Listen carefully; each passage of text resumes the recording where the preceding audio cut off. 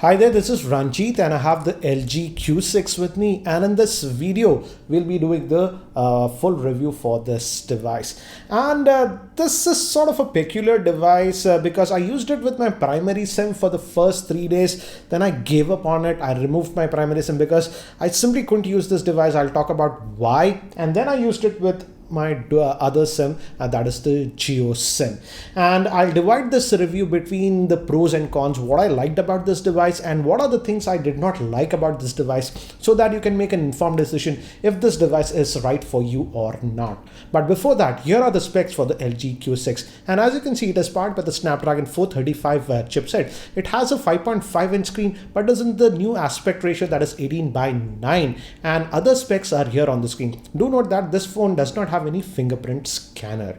Now let's divide this review between the pros and cons. First, let's start with the things that I like about this device.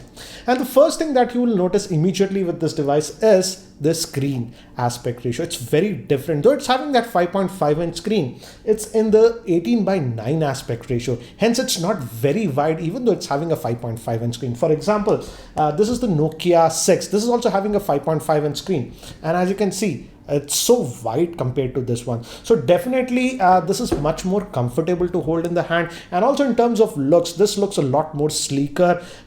You can actually compare it to the LG G6 or the Galaxy S8. They also have similar aspect ratio, so it feels great in the hand. If you are a person who does not like very big phones, then this is ideal for you, because though it is having a 5.5-inch screen, it's very compact to hold. As you can see, you can easily hold it in a single hand. Second thing I really liked about this device is that though it's a mid-range device and it's sold in India for 15,000 via Amazon, I'll have the link for Amazon in the YouTube description area. The screen quality what LG has put is actually a very good one. It's an IPS grade screen, and the screen brightness can go very high. For example, I'm on the low brightness right now, but it can go really bright, as you can see. So no problems regarding that. And also, in terms of sensors, I like the fact that LG did not skim the sensors like Samsung does on its mid-range devices. It has all the sensors present, like auto brightness, compass, gyroscope, and other things. So in terms of sensors, LG did a good job. No compromises in terms of sensors. Now, another thing that I really liked about this device is that the outer shell is actually made up of metal, and it's aluminum 7000 grade. So it gives a really good build quality. It's very rigid. But the other thing I did not like is that the back is actually plastic, and this is sort of soft plastic. So as you can see, though when you hold the phone like this, it gives a really good feel, but this soft plastic kind of a finish gives it a cheap feeling. And also, it's a fingerprint magnet, so that is one thing you have to be aware of. But again, in terms of build quality, the build quality, because of that outer aluminum thing, gives it the rigidity. Now, moving to another thing that I liked about this device, though it's running on the Snapdragon 435 chipset, which is sort of a mid-range, processor, LG has done very good optimization with this device. Though it runs the custom LG UI and it's a little bit cartoony, you have to get used to it. But in terms of functionality and fluidity, it was very fluid, and I did not notice lagginess while I was using this device. Also, in terms of RAM management, though it just has 3 GB of RAM, the RAM management has been done well on this device, and even when I was sort of multitasking, I did not have any issues. Now, another thing that I really like, and this might be useful for a certain segment of users, by default it comes with 32 GB of internal storage, but this phone has proper slots for 2 SIM cards and a dedicated slot for a SD card. So if you are sort of a person who wants to use 2 SIM cards and a micro SD card, that is possible with this LG Q6. Now moving to the camera, the rear facing camera is a 13 megapixel shooter and the front facing camera is a 5 megapixel shooter. Moving to the rear facing the rear facing camera performance, I would say, is in the middle. It's not terrible in this price range, not the best.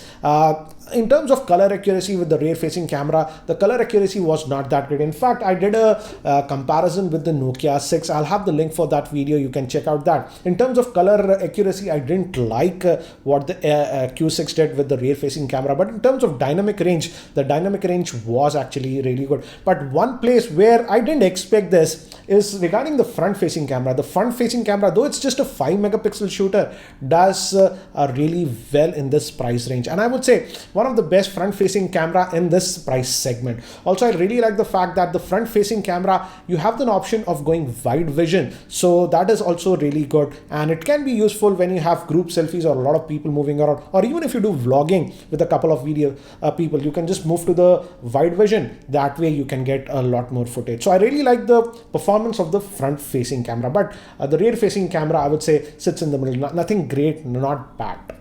Now, another thing is that I also tested the headphone jack. It has a headphone jack, and I tested it with a couple of heavy headphones. For example, this is the Audio Technica that I have, and I really like the sound output I was getting from the 3.5mm headphone jack. I'll talk about the speakers later.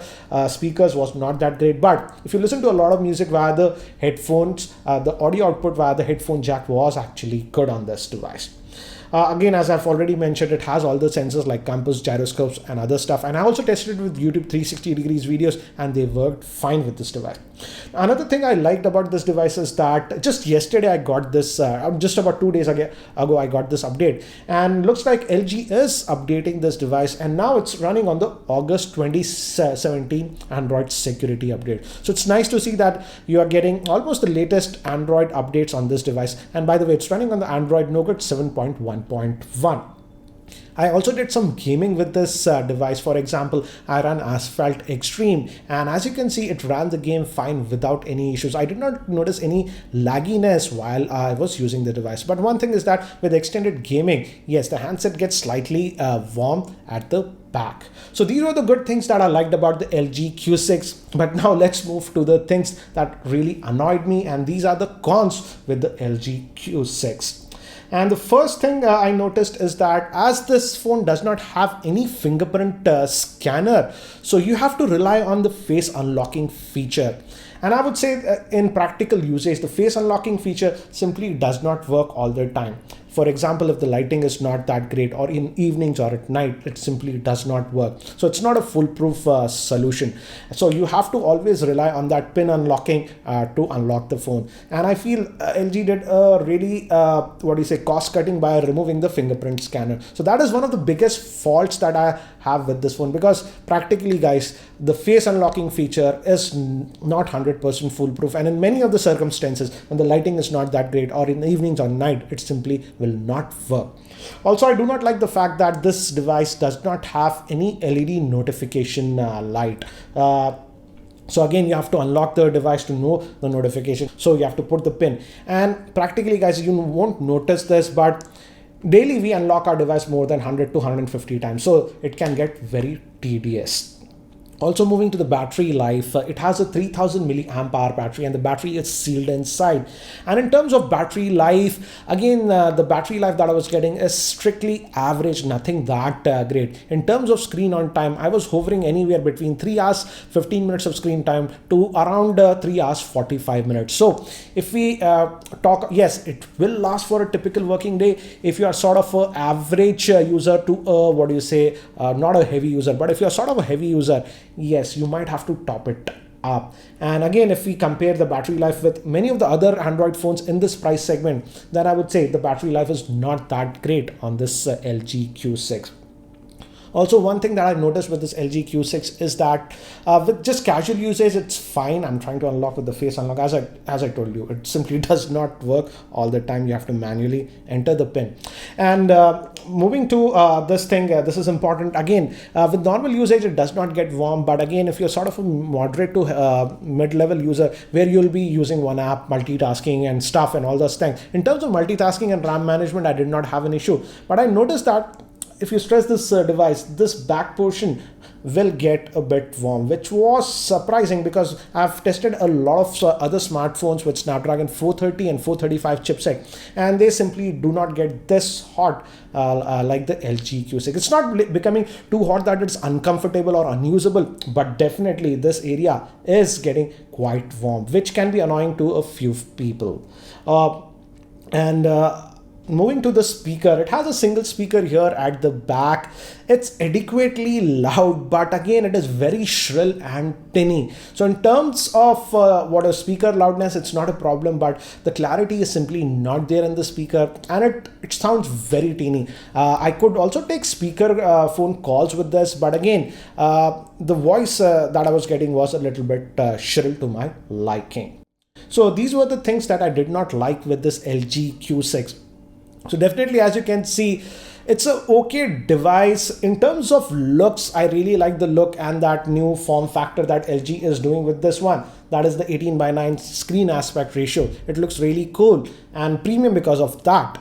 And I also like the front facing camera. So if you're a person who takes a lot of selfies with your friends, it has that wide selfie mode. And even if you do a lot of vlogging, then it is good because the front facing camera was actually really good. And also I like the performance. The general performance was good. I did not notice any lags, but the biggest downsides of this device is that lack of fingerprint scanner, and you have to rely on that face unlocking, which is actually pretty unreliable and simply does not work unless there are good lighting conditions. For example, it won't work in the evenings or in night and dull lighting conditions.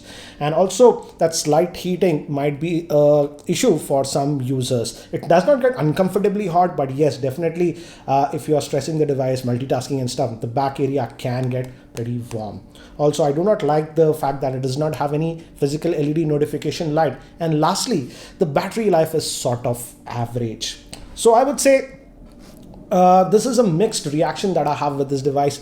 Go with this one if you really want that screen aspect ratio, this new screen aspect ratio, and you can live without the fingerprint scanner. Then you can go with this. But I have to say, and I know I will get this question because the pricing of the Nokia 6 is also very similar to this one. Both are priced at around 15,000. I would definitely say that the Nokia 6 is a more practical device. Again, the Nokia 6 is also not perfect. It also has its flaws. I had already posted the full in-depth review of the Nokia 6. So again, you can check out that for more info. I've also posted the camera comparison video where I have a lot of samples with the LG Q6 and the Nokia 6. Link for that video will also be there in the YouTube show notes. So I hope you found this video review helpful. And if you found it helpful, I'll appreciate if you can click the like button. And if you're still not subscribed to my YouTube channel, hit that subscribe button.